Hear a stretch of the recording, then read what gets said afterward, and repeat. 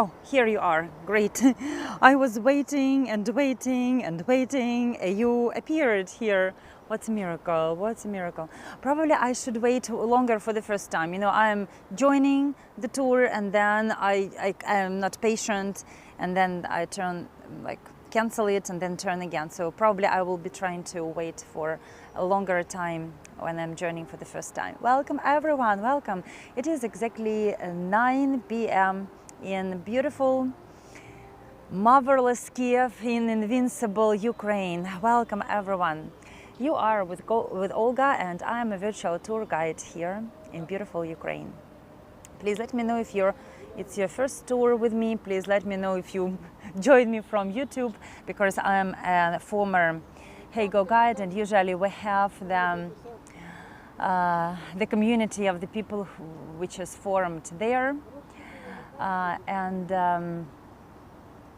And probably there are, I don't know, new people to me. I'm so glad that my subscribers, the number of subscribers on YouTube is growing, and probably, I'm sure, like one day I will celebrate 1,000 followers. Now I'm kind of more confident that at the beginning of this story, and now I have 988, which means that I'm just about 12 people away from 1,000. What happened after 1,000? I've heard that YouTube begins to kind of promote it better than the channels less than 1,000 subscribers, and probably the monetization there will be, but I don't know, it's just kind of a magic number for me. I can stream without reaching 1,000 subscribers, it's possible, but still we will have to celebrate that.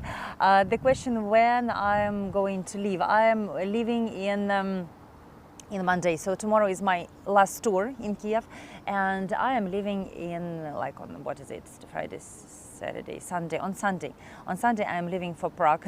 It's really difficult to live here. Today was the 4th day of attacks. We were suffering from the drones. Russians sent drones at night. And you know what I was doing? I just turned off all the notifications, all the applications. I really prayed for the air defense forces of Ukraine and went to sleep, because it's not possible to stay awake for 4 nights in a row. I don't know, and I can't imagine how people are working in Kyiv, because if a person follows the advice of the government, so the government writes in the telephone, in the applications, there are special SMS that just go to the bomb shelter, because like 5 rockets or missiles are heading to Kyiv, and you need to go there. And then what? For example, yesterday the attack was from 11:30 till 4:30. So if the person stays awake the whole night and then sleeps for 30 minutes, what will be the production, like the productivity of that person? Nothing. So I just decided to believe in the armed forces of Ukraine. I turned everything, and there was the attack, and I was sleeping. And now I understand all those people who are not listening to the advices of the government, because it's not possible to live and to survive here. Lily, you're eating borщ. I don't have time to cook borщ here. You're blessed. Yeah, I need to come to you. Where are you from, Lily? What city are you from? I'm just booking my flight, and I will come to you. My mom is joining us, so we have, my family is here, and we can begin. Welcome, beautiful people, to the amazing Independence Square. You're from UK? Okay, I can't come to UK because I don't have visa. We need visas to come to UK, so probably next time. Hi mom, hi everyone. Welcome to Ukraine. We are on Independence Square. Probably you have seen them, have heard them saying, if you haven't seen Khreshchatyk, you haven't seen Kyiv. So we are going to do this now. We are running the tour on Khreshchatyk Street, Independence Square, and Kyiv is a diverse city. We have the ancient churches, we have the Soviet style, Soviet architecture, styling empire architecture buildings, and they're very beautiful. It's not like they are boring and rectangular. No, they are just splendid, styling empire architectural style. And we are going to explore it. Yevgen said you can put anything in it. Yevgen is the icon and he is just the master chef, but I don't believe in this saying that you can put everything in it. Be attentive and follow some kind of recipe. Don't forget to put smoked pear, or if you don't have smoked pear, put the prunes there, and that will make your borscht special. You can add a little bit of sugar at the end, long cabbage, beetroot, yes. And there are special kind of secrets. I'm usually telling you the secrets when I'm cooking borscht on my kitchen. It's a wonderful reminder. One day we will make a new cooking class, or probably I just make a video and upload it, and it will be easier. Or smoked paprika. Interesting. I've never heard about smoked paprika. Great. I'm hungry. What can we do now? Let's go and watch Independence column. Yeah, smoked pear. This is the ubiquitous thing in Ukraine. We all have smoked pears in our pockets. It's just the usual thing that we have here. So usually you can just substitute it with the prunes and it will be okay. So this is Independence column, and that is Khreshchatyk Street. You can see here St. Sophia, St. Michael's, they are over there. So ancient part of the city is just behind that Khreshchatyk Street. We will come like lower, we will come to the crossroad, and Khreshchatyk means a crossroad. This is the crossroad of 8 streets. 8 streets meet here and they form this square where the history is made. Okay, yes, smoked bear, not bear, pear. Not bear, not bear, not hair, not beer, smoked pear. It will add some kind of smoked flavor into your borscht, and it will have unique taste. But you can add the prunes as well. It will be fine. You need this smoked flavor. Okay, let's go and watch the Independence Square. We have clarified about the bears. That is Khreshchatyk Street. Have you been to this tour before? It's so beautiful. You see Independence column. Locals call it a fly on the stick. This street was rebuilt after World War II because the street was absolutely ruined. And you will be fascinated by the great architecture, Soviet architecture. These cupolas that you see in front of you, they belong to the shopping mall, and it's called a dam. So because it is, you see, in the form of the dam. Can you see now that the street is not full of people? So it's Friday. Yes, it's in the middle of the downtown. So this is the place where all the revolutions are happening, and it's not full of people at all. I feel that there are no people. I don't know where they are, but still the businesses are surviving, and the Kyiv is, for me, it's empty. Sorry. That is a hotel. It is called Hotel Ukraine, and before that it was a place of the skyscraper, which was built in 1911. Can you imagine the first skyscraper in back then Russian Empire? And we are going to explore the central street of Kyiv and the central square of Kyiv, which is called the Independence Square. So in medieval times, that was just the hunting territories of the Kiev princes, and it was full of marsh. It was a swampy lowland, and the name of this place was a marsh of goats, or goat swamp. And this place was very insignificant before the 13th century, and then in the 13th century troops of Batый Khan entered Kiev and besieged the city and entered this city through the Polish gates. They are just in front of ours. We will come closer to them. And after that, people didn't love this place because, you know, the mighty fortifications, they were besieged and they were ruined from this place. So the Mongolians came to the city, and it's very tragic page of our history, because Kiev was left in ruins, and it took 6 centuries to rebuild the city, to replace this deserted wasteland with something more beautiful. So the houses appeared here in the 17th, 18th, 19th centuries, and that was a quite lively street. And for the centuries it was kind of the place of the business center, commercial center, not the historical one, because St. Sophia is over there. Historical center was a little bit further. And later on in the 19th century, City Hall appeared here. And then again it was destroyed by the communism. And what is else important, that the first electric tram in the Russian Empire was launched here in the 19th century. Not in Moscow, not in St. Petersburg, but in Kiev, because it was quite difficult to for the horses to pull the carts from the lower city to the upper city. Can you see we have a bridge here? That is the kind of now it's kind of concert hall in kind of classical style. But before that it was the Institute of the Noble Maidens.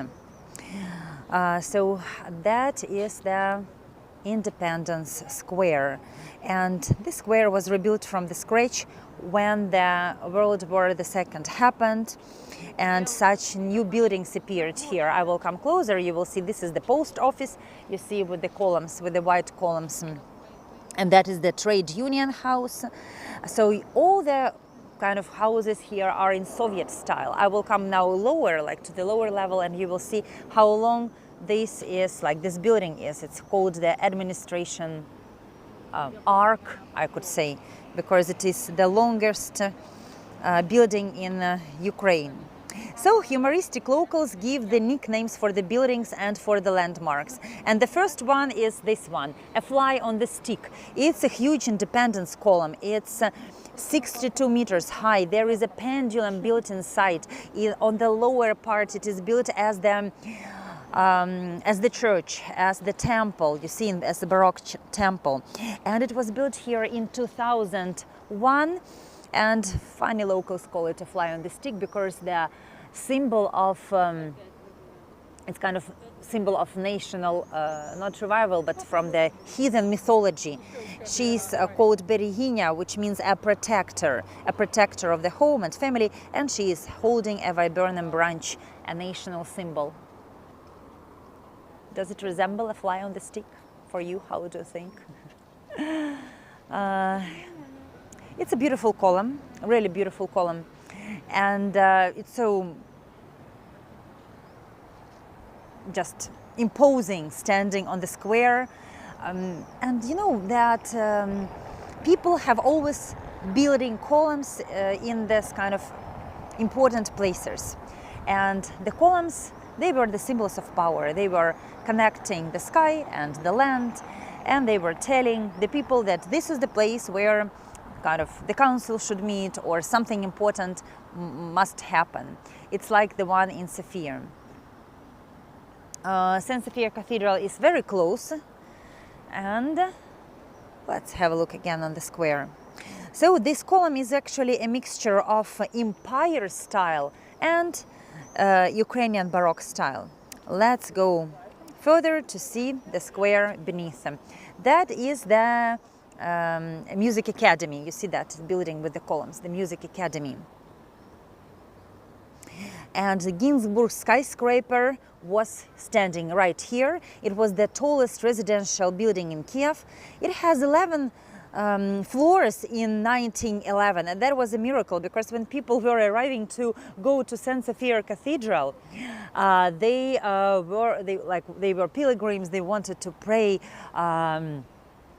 They were falling down on the knees in front of this skyscraper, because they were thinking that this is a miracle. This should be something extraordinary. People have never seen multi-story buildings in 1911. The first skyscraper in Russian Empire was standing right here on the place of the Hotel Ukraine. So the contemporary look this square got in 2001 when we made the reconstruction, and all these monuments appeared, the Independence Column and the other monuments that you are going to see right now. Now we are going to, I will just show you my face because we are going down, and the next page is connected to the war because the Orange Revolution happened here in 2014. Probably you have heard about the name of our ex-president Yanukovych, who was a friend of Putin, and there was a moment when his government became unpopular.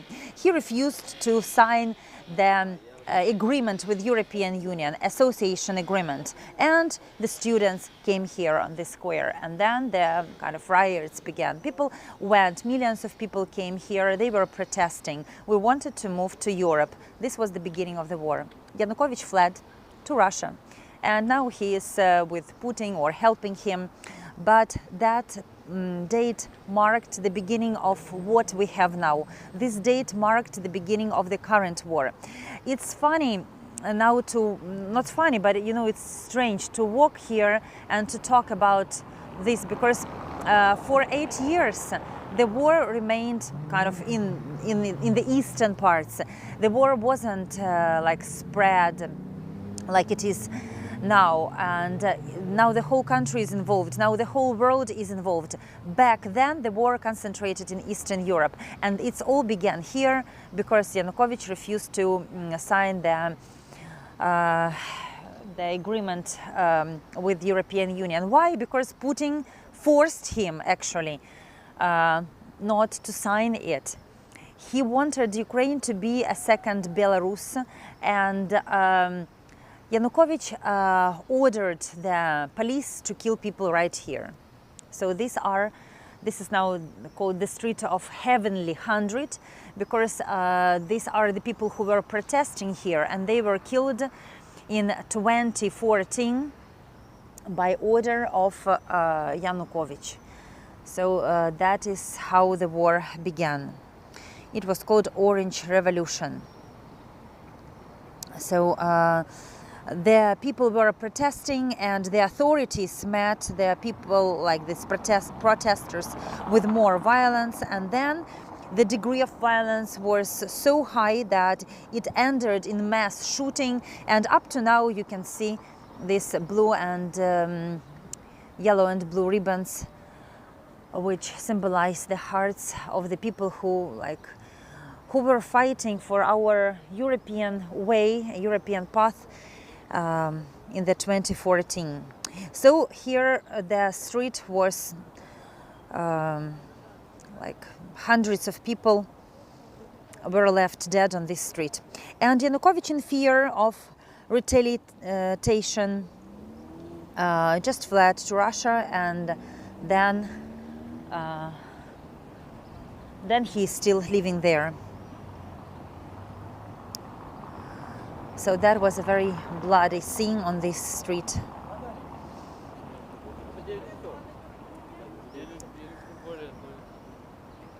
Now we are still paying the price for what happened back then, and there are a lot of different thoughts. Even the political leaders nowadays are saying that if, I don't know, the Western countries reacted more severely, more actively back then in 2014, Putin wouldn't attack now, because he felt that he could do anything that he wanted. So he annexed Crimea, he annexed parts of the eastern regions, and this is how it stayed up to 2022. But the war began actually in 2014, but it wasn't that active, and now we have the full-scale invasion, and now we have the same page, you know, and we're speaking about the same facts. If we begin to negotiate, Russia will be very happy. They will have this time for like the break, and they will consolidate their forces, and they will attack again in a couple of years. So we need to stop this right now, because we made this mistake, and probably the world make this mistake to be like lenient and so kind of kind with Russia back then in 2014. Nobody reacted. There was no international help for Ukraine, and we were kind of lost. We couldn't resist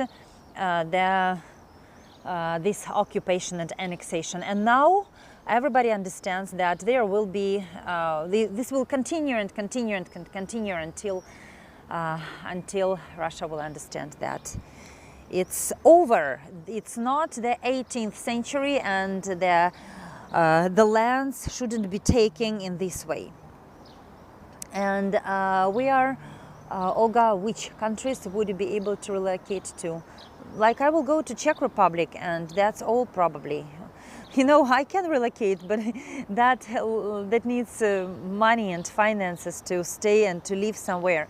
I've been thinking a lot about this. This is a very difficult decision for me, and now I understand that probably the war will not be finished this year. Probably it will continue up to the next year. I have extended family. I have kids. I cannot pay for the accommodation in the Western Europe for the full price, working as a tour guide. So I need to. I don't know what I can do. I understand that the war will continue, and if I want to live somewhere, I can go just rent the house. I don't know, in London or somewhere else, and live where you want. It's not a problem at all. So it's possible, Jane, but it's all involves the funds. Now many countries are supportive, but this support kind of begins to stop, and it's natural, because they want Ukrainians not to just sit and receive money, but they want Ukrainians to integrate in the society and to begin working, to become the members of of that society where they are. But for me, it is difficult to relocate and to find, for example, the place for me and for the kids, and to continue to live in Western Europe the way how I lived here in Ukraine. Yes, Western Europe is expensive. Of course, I can live somewhere, I don't know, in the village, for example, and this will be less expensive. But I am kind of not psychologically prepared for that. Who knows? Who knows? Probably with these attacks I will be quickly ready for the village. That is difficult to tell you about the future and the plans. No plans, we just plan for the next day, that's all. Thank you for staying with me. If you are enjoying the tour, it's absolutely free. And if you want to support me, there are two links, PayPal link and Buy Me a Coffee link. They are mentioned in the description of the tour, or they are mentioned in the descriptions of my last videos, and you can support me there. Thank you for being with me. So you see, this is the temple, like it's the basement of the column, looks like the Christian Orthodox temple, and inside is the pendulum that in the case of destruction or missile attack or I don't know, earthquake, it will be stable. These rusty brown plates, they show kind of the history of the Orange Revolution, and they tell about the people who were fighting here back then. Here is the monument of the Kiev founders. They are Khreshchatyk, Kyiv, and their sister Libid, like three legendary brothers. And according to the tale of bygone years, they were the founders of Kiev. They came here by boat.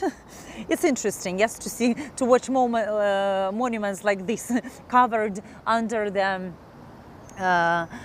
metal plates, because in the case of the attack and shrapnel and parts of this debris not to be ruined, so they are covered, the monuments are covered.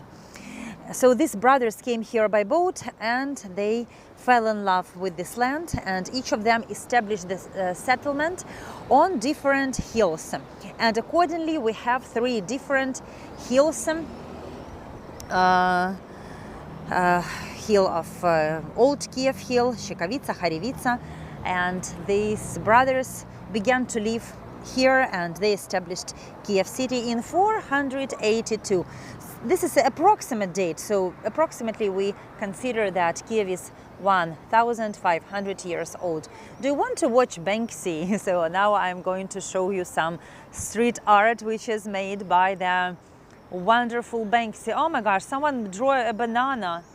Someone spoiled Banksy's idea, so the banana was not here. Banksy came here in November and he created 7 murals, and just one was created in, no, sorry, 2 were created in Kyiv. The others were created in the cities which were ruined during the Russian occupation.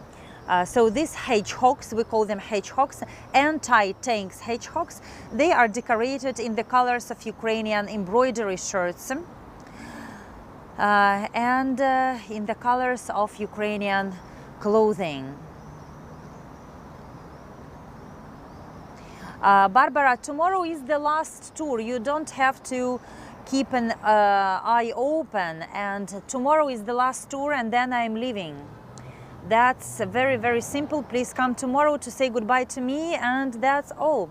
So this is left from the time when in 2022 Kyiv city authorities were getting ready for the attack to Kyiv, and that is why the whole city center was covered, the roads were covered by these anti-tanks hedgehogs. Can you see the kids? So they are like on the seesaw.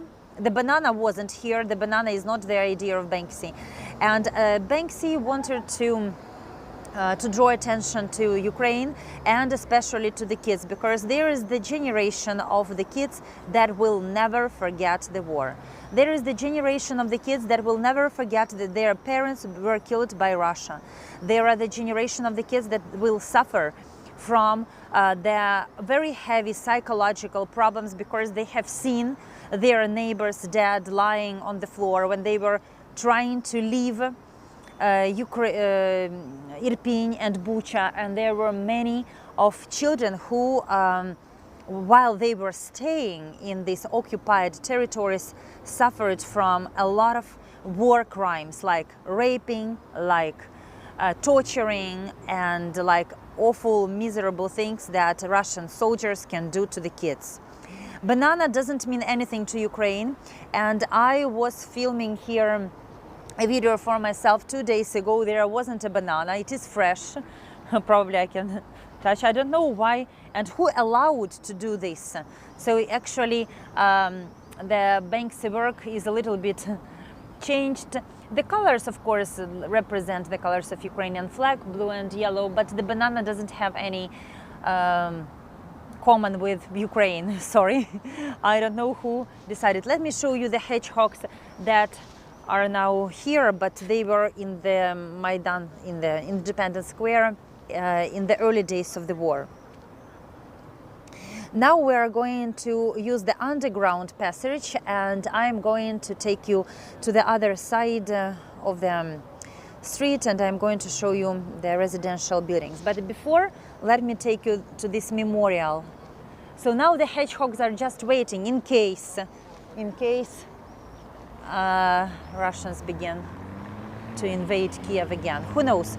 There are so many rumors. Like, so the first of all, what is the reason of these constant everyday attacks? They want to deplete ours of their weaponry before the counteroffensive. They want to exhaust people. They want to exhaust our military. They want us to use these missiles for constantly shooting their drones and ballistic and other kind of missiles. But they also had a plan to ruin this air defense system, and the next day to hit the governmental quarter, because it's so important for the Russians now to break the rules, to change the rules of the counteroffensive. And that is why it's like our government thinks that Kyiv should be protected now, because this is the place where the decisions are made. And all these everyday attacks are very exhausting, absolutely exhausting. Nothing is happening during the daytime. Like, people are living as they are living, usually working, eating ice cream, but at night there are sirens and it's not possible to sleep.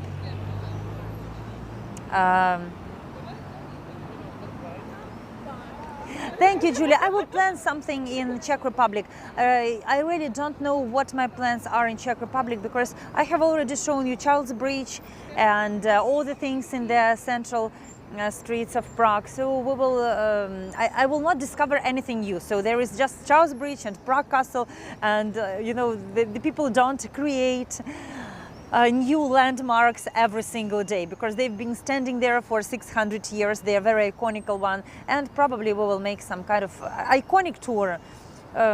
Let's make Charles Bridge or probably Jewish Quarter.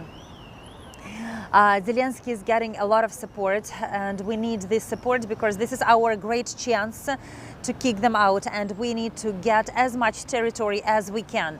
This is our final chance to regain the territories back. We really need that. And now let's watch this memorial. It's very poignant. You can see the whole field of the flags. Do you know what it means? I'm sure you do because I've been showing you this field before, but it's growing so fast, and you know, it's becoming more thick. So there were just random flags standing, and now there are more and more in between them. There are many names, and these are the names of the people who died during this invasion. And there is even a small piece of land which is for Canadian soldiers, American soldiers who died here protecting Ukrainian land as their volunteers. So you see Edward Wilton III, Florida, and his picture is among the Ukrainian heroes. On each flag you will see the name, for example, and the date of the birth and the date of the death. For example, that is Galitsky Vadim Valentinovich. Oh my gosh, sorry guys, sorry, gimbal. It's not me, it's gimbal. That's all. We're here. I don't know why gimbal stopped working. So this guy, just count how many years he was, how old was he? He was born on the 1997 and he died in 23, 26 years old. 26. Do you have children, guys? Do you have the kids who are 27, 22? I don't know, so many young children. So probably your children are of the same age, and you can relate, you can understand what loss is it for moms, for sisters, for moms, you know, for parents. That is the worst is for the parents.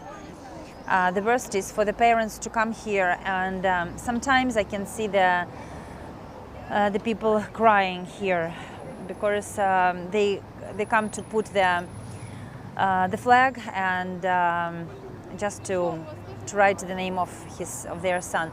Of course, that is not the whole number of the soldiers. It's just for those who can reach to Kiev and who can write the name of his son or her son on the flag. So we will I don't know, we will have a minute of silence, not a minute of silence, a few seconds of silence. I will turn the camera and I will show you again this memorial. The worst thing is that it's keep growing, growing and growing, so it's going high up the hill.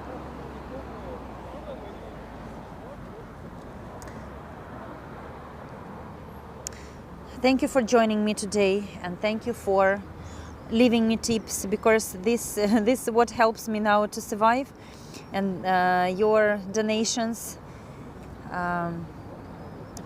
your tips really help me.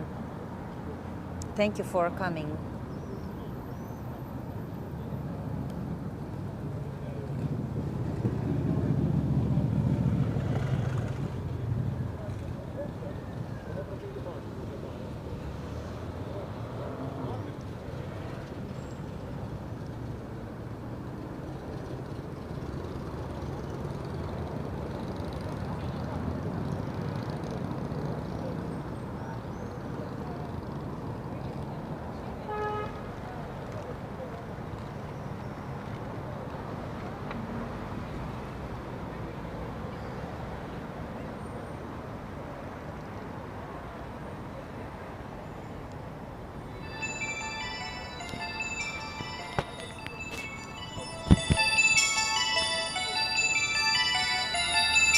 Дороги іншої не треба,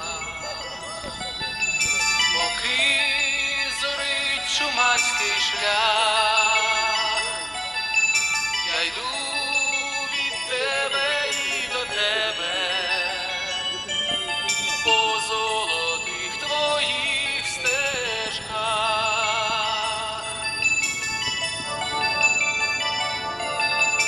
Мені не можна не любити, тобі не можна не цвісти. And before we move to another side of the road, I would like to show you some kind of souvenirs. You know that on the central square of, for example, Paris and Barcelona, quite often people sell souvenirs. And here is an interesting idea. So you can make a donation. It's not a price. You don't have a fixed price, and you might buy, like, you will be rewarded by something from the war zone. So now I'm going to show you what guys are offering. So you can make a donation, and this money will go to the soldiers, and instead you will take something from the battlefield. Let's see what they have. Send me a heart if it is interesting for you. So these are the things that belonged to the soldiers or were somewhere in the war zone. So you see the pieces of the shrapnel, and these are the, it's not kind of bottles, but the vessels for the water. That is from the bullets. Probably this is the something that protects the heart, the plate inside this. А це з цього, з жилета? Оце чи ні? Да? Жилета? So this is from the vest, from the vest, and it's just pierced by the bullets. And that is a part of the mine, and that is where you can donate money. And again, they don't have the prices, as I have told you. You can even buy some equipment here. You see what souvenirs we have in Ukraine now. How would you like this interesting part of our today's tour? It wasn't here before. I think they started it just a couple of months ago. А що це у вас таке? А що це таке? АТ-4. Це можна вам... Противотанковий АТ-4. То це можна купити вам, зробити донат, і ви дасте це з собою? Ну, це можна купити, його... Це хто хоче купити? Ні, ніхто не хоче купити. Я просто питаю, а що його можна так носити з собою? Ну, це буде за донат. Сувенір. Так. Як Ну, ви я ж... розумієте, це ви за донат тоді на банку, Да. або хто там бажаючий. Так його можна і додому забрати? Сколько стоит он? А воно ж стріляє? Вже воно не стріляє. Ah, все. Okay, so it doesn't shoot, but it's anti-tank missile, something like. So you can't shoot from it. You can shoot, but you can take it home. It's empty. It's been used already. It's been already used. So if you have the tank and you need to protect your home, you can Це взагалі... take it. Okay, so it's very interesting. You can buy here all kind of souvenirs. Thank you for donations, Jane. But you will never find such kind of souvenirs in any European cities. It's just in Ukraine. I wish we didn't have them.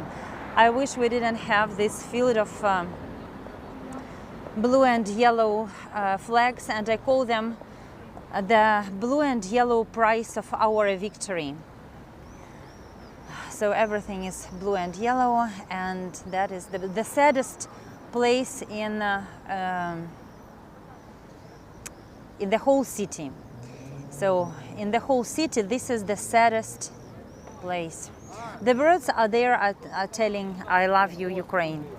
Love Ukraine. You see, some people are even, this is kind of a tradition, they bring water and a little bit of food for the people who died. So now we are going to cross the road, and I'm going to show you the rest of Khreshchatyk Street that I used to show to the people before the war. So during the World War II, Red Army used the tactics of scorched earth, and when they were retreating, when they were pulling back, they put the mines and the bombs everywhere, and then the street was ruined. These 19th, 18th century buildings were ruined, and now you can see the Stalinist architecture. And this is the most expensive shopping street in Ukraine, and it's also the widest central street in Ukraine and the shortest. So the width is about 2 kilometers, and the length, and the width is 100 meters. So that is the widest street in Kiev. You see how wide it is? It is just huge. 8 lanes of cars. 8 lanes of cars. Even now it is full of life, and that is the iconic vibrant street that many cafes and shops are situated, and here they are working. So when you are away from the city center, you can really feel the war. You can feel like a little bit, I don't know, something is gray, gloomy, and here you can feel the life. I think this is the difference. Guys, I need to tell you that I'm going down because we need to take this passage. I cannot jump 8 lanes of cars. And please, if you lose me, just bear with me and I will appear in a couple of seconds.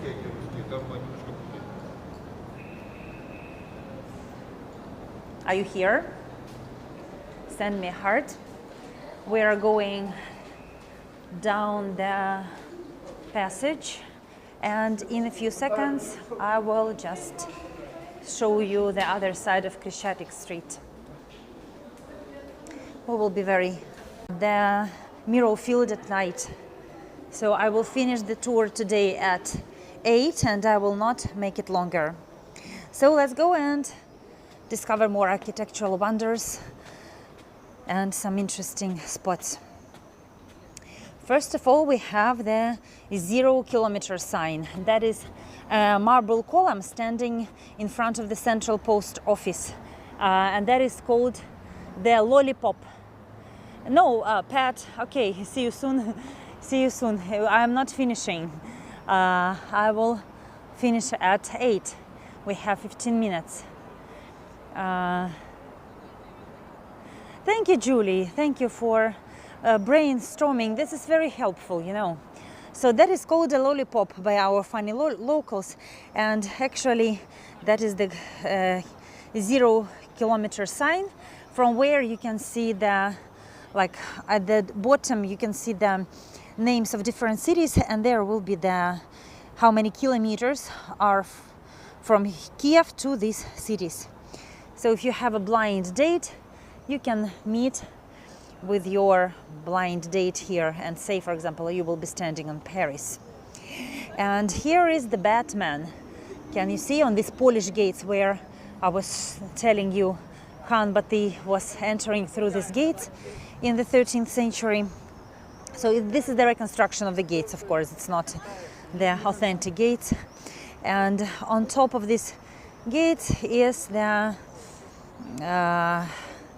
Archangel Michael. He is the protector of Kiev, and the kids call him Batman because he's made of something black.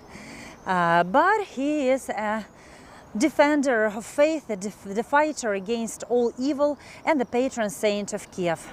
So this is why we are praying for him every night.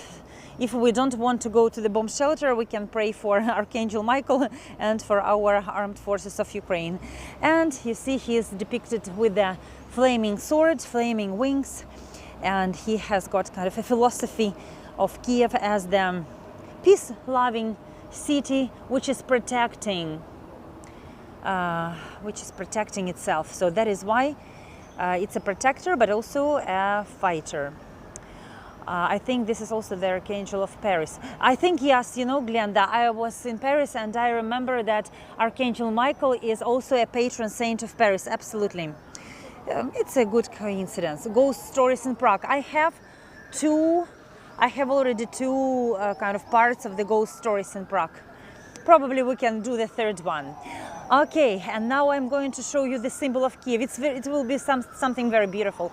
Look, the whole alley of chestnuts. There will be pink and white, pink and white. Now you are going to see all of them. You see the alley of chestnuts. And in the peaceful time, there were fountains. You see they are covered now by them, some kind of plastic coverage, but this year, when there is war, there will be no fountains. And back then I was having here tours. The fountains were playful, there was music, and they were having lights, so very beautiful. Our Kiev mayor is promising to bring back the fountains after our victory. And this is the symbol of Kiev, chestnuts. Here is there is the beautiful alley when one tree is pink and one tree is yellow.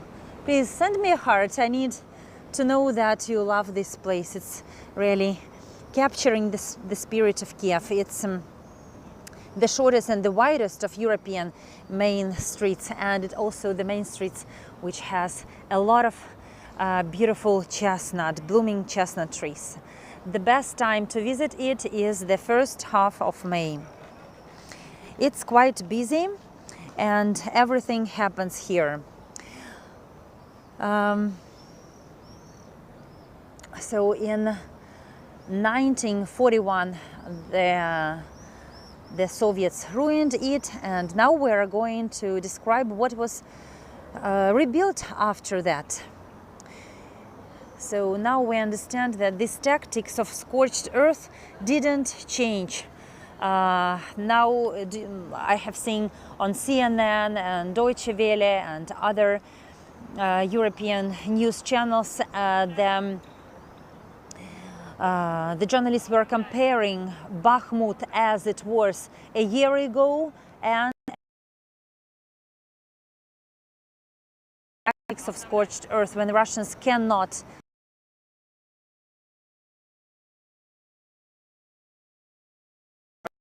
nothing, no vegetation, no buildings, nothing. Again, I will repeat to you why it is Khreshchatyk. Khreshchatyk because there are the crossroad. You see the streets going in between these Soviet buildings, and they meet in one place. In Ukrainian, Khreshchatyk means something that is crossed, which means that 8 streets meet in one place. Let's go and explore this unique street with the long run of uniform buildings in one Soviet style. In front of ours is the post office, and behind is the Ministry of Agrarian Policy, which makes the longest building in Kiev.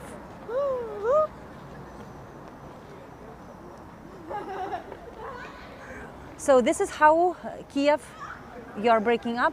Okay, please let me know if the connection is better or not.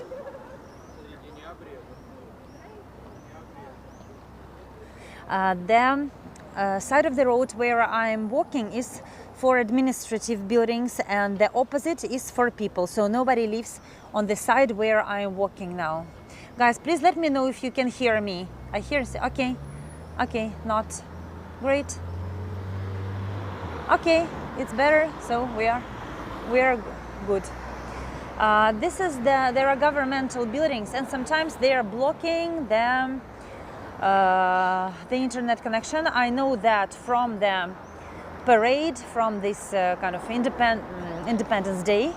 Here in Khreshchatyk Street, there are the spots where there is no internet connection. I don't know why, but this is true. Christine, welcome. I'm so glad to see you now. Thank you, Dolores, for joining. So we are walking along the Khreshchatyk Street, and you see this longest building about red light district that was here in the 19th century. Something funny, not about war. So there was an interesting tradition. If the girl was walking on the even side of the road, actually where I'm walking now, it means that the girl was a prostitute. She was looking for the evening job.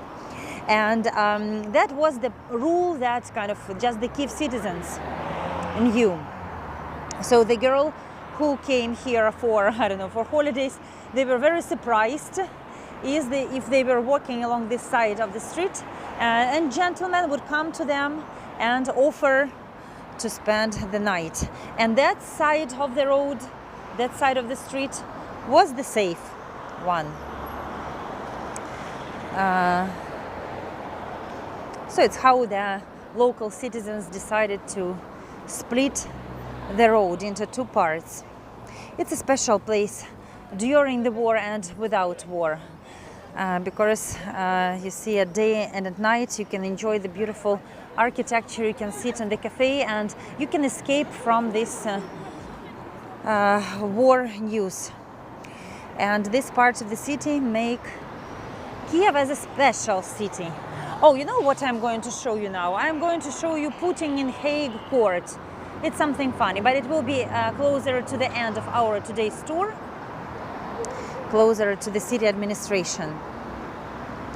It's the perfect place for eating and just for walking. So I'm taking you now to the house with the star. House with the star, that was the plan of Stalin, because he wanted to create the new skyline of Kiev. He wanted to create absolutely a new city which resembles Chicago, for example, because he wanted to make a kind of high buildings. And he ordered to build 7 skyscrapers in Moscow. They were called Seven Sisters. They are known as Stalin's high-risers. And there is the fantastic legend about Stalin. And the legend has it that he has personal astrologer. So I will read now. I've been on the tour since beginning, not working today to get the tour with you. Great, Dolores. Yes, please, would love to see that. Christine, what would you love to see? The ghost tours in Prague or what? You know, it's so wide. You see, the street is so wide, so it's hard even to see what is happening on the other side of the road. But definitely you can see the row of chestnuts. That is why the Kyiv is called the city of chestnuts, and they are all in bloom. So every single one is blooming. So the personal astrologer of Stalin ordered him to construct 7 high buildings, 7 sisters, and these buildings should accumulate life energy. The legend has it that Stalin was planning his reincarnation in between these buildings, in the central one. And he stopped all the construction in Moscow for one day and began building these buildings at 1 p.m. In 1947. And the plan that he used for all these 7 buildings, he also decided to implement in Kiev. You can already see. So this is another sister. It's of course not as high as in Moscow, like those 7 sisters in Moscow. He didn't complete 8 of them, he completed just 7, and we have the same project. It has house with the star, and this is where we are going to finish the tour. Before that, Putin in Hague is just close to ours. You will see it now in a second. Just wait a little bit. You see, you need to wait quite long.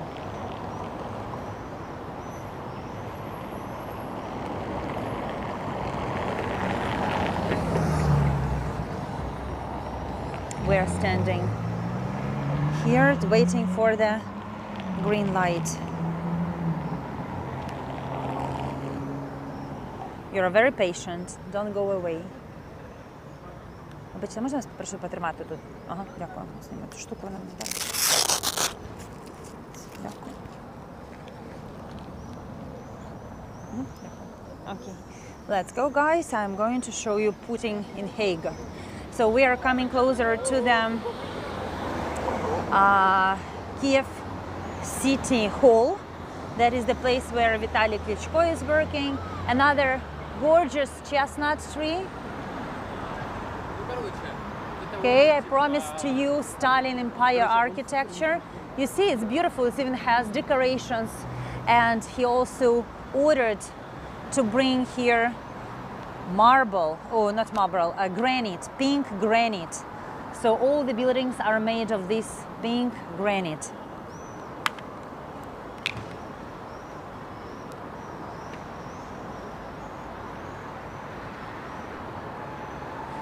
So that is called Stalinist Empire architecture. It's very imposing.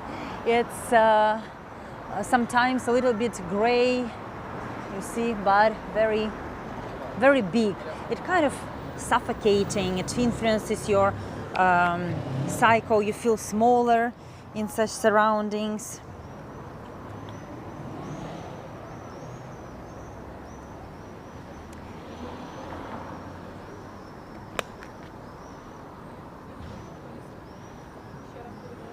A lot of buildings are built of this pink granite.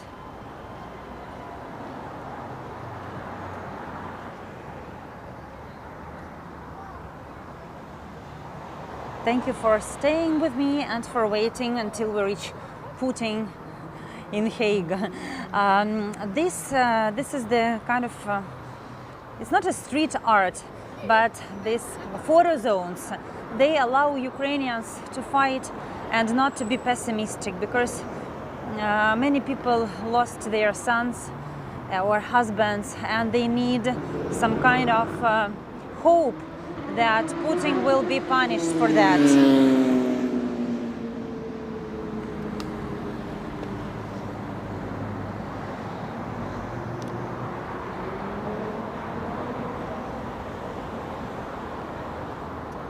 So that is the new stamp that our post is going to issue. And on the stamp you can see General Zaluzhny, that is also our hero. So that is our main commander of our Ukrainian armed forces. And that is Putin, who is delivered already to Hague. You know that our post office issued a couple of very important stamps, and they are marking the main events that happened during the war. Like, for example, when the warship Moskva sank, they made the stamp, and that is the next one. Send me a heart if you like it. Let's look at his face. Is he going to... What is he going to tell? I don't know. Nothing. He killed so many people that just nothing to tell. And that is me. Hello, everyone. It's a cage. And this is the cage. It was installed because the Russians, they put the prisoners, the heroes of Azovstal, in this kind of cages. So they decided to put this cage here to showcase how Russians were keeping Ukrainian soldiers. That happened, I think, last spring. So they put the cage here. It's, you see, free Azovstal defenders. So Azovstal defenders were put for the general observation in these kind of cages in Russia. And then after this performance, this cage was installed here. So usually people make the pictures with this Putin in Hague. I think that this will help us to visualize our victory and to bring it closer. Slava Ukraini! I want to say you just standing here. Oh my gosh! Я не русский, Slava Ukraini. Я не русский, we see. So a lot of beautiful people are trying to help me to say Slava Ukraini. Make a picture and send it to your friends. A nice stamp, yes? I like it. People on YouTube aren't happy with that. With what? I will not show probably this on YouTube if people are not. This means like the curse, like the curse. Very, very bad person. This is a very bad curse.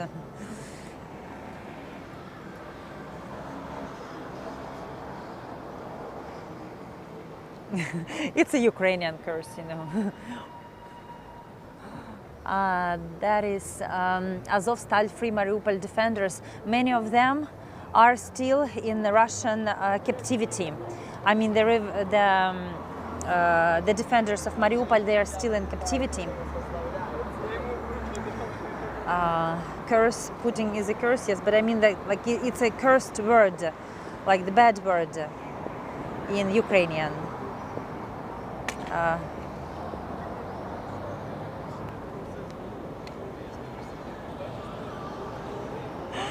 We need to make a lesson of Ukrainian bad words, so you will know what is it.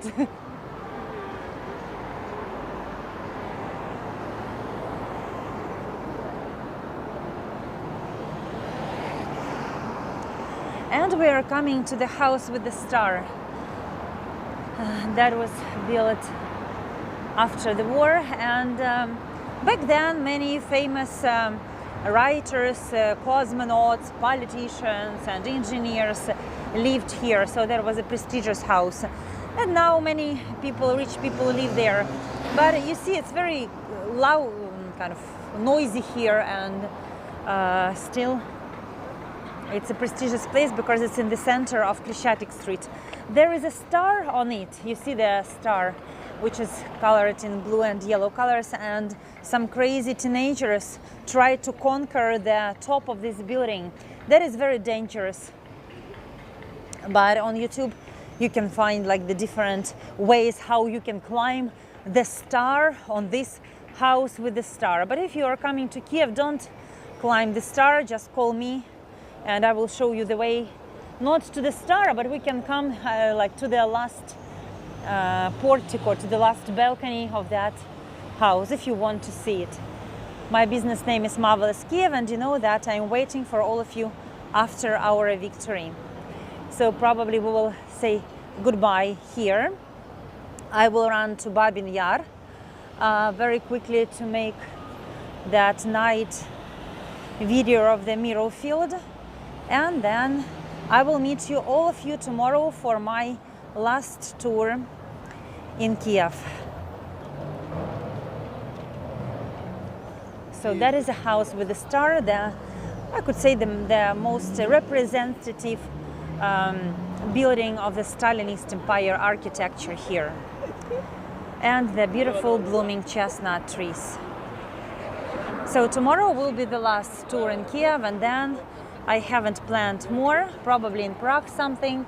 That is the building that survived after World War II. It's called Tsum, which means the central, it's not supermarket, it's the central shopping mall. Beautifully decorated with the flowers, and sending you a lot of love and hugs. Thank you for coming today. Thank you for coming to all my Kiev tours. When I was walking here, I was looking into the eyes of people. I was just touching different benches, different, I don't know, houses that I used to walk to live here. It's so special to be back in your native city. And right now I understand that I want to live here but travel in the world. Thank you for 11 more subscribers. It's exciting to have more people with me. We will reach 1,000 numbers, 1,000 threshold. I hope. I wanted to celebrate here in Ukraine, but probably I will celebrate 1,000 subscribers in.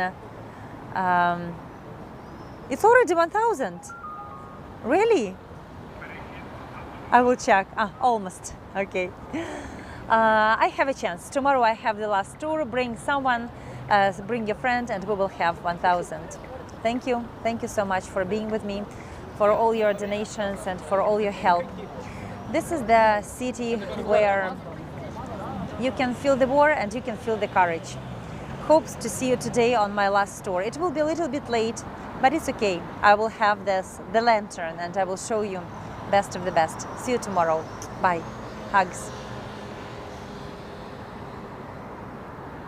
Yes, it's being emotional just to, especially the first days, you know, I was just coming and looking at people like this. I was listening to the Ukrainian speech. I was eating my favorite selyotka, my favorite, how would say, herd, probably like this fish, herd and I was eating my products and the food that I missed, the black bread with raisins, the fancy cakes, the what I was missing, sunflower seeds. I tried to recollect what I was missing. 990, great. It's just amazing, really 11 plus. Thank you, goodbye. I'm very hungry, I don't have borщ. Goodbye. Goodbye. I hope I have chance tomorrow on my last tour to celebrate 1,000 subscribers. That would be iconic, you know. Olga is making the last tour and we're having 1,000 subscribers. I will bring some kind of, I don't know, a drink with me to celebrate that. A small drink, okay? So tomorrow, the last tour in Kiev and the number 1,000. Yoo-hoo! See you tomorrow, goodbye. Love you all. Thank you for tipping, thank you for supporting, thank you 1,000 times, thank you, you are wonderful, thank you. And I'm so grateful that even if you can tip, I don't know, one coffee, it's a great help for me, absolutely great help, thank you, goodbye.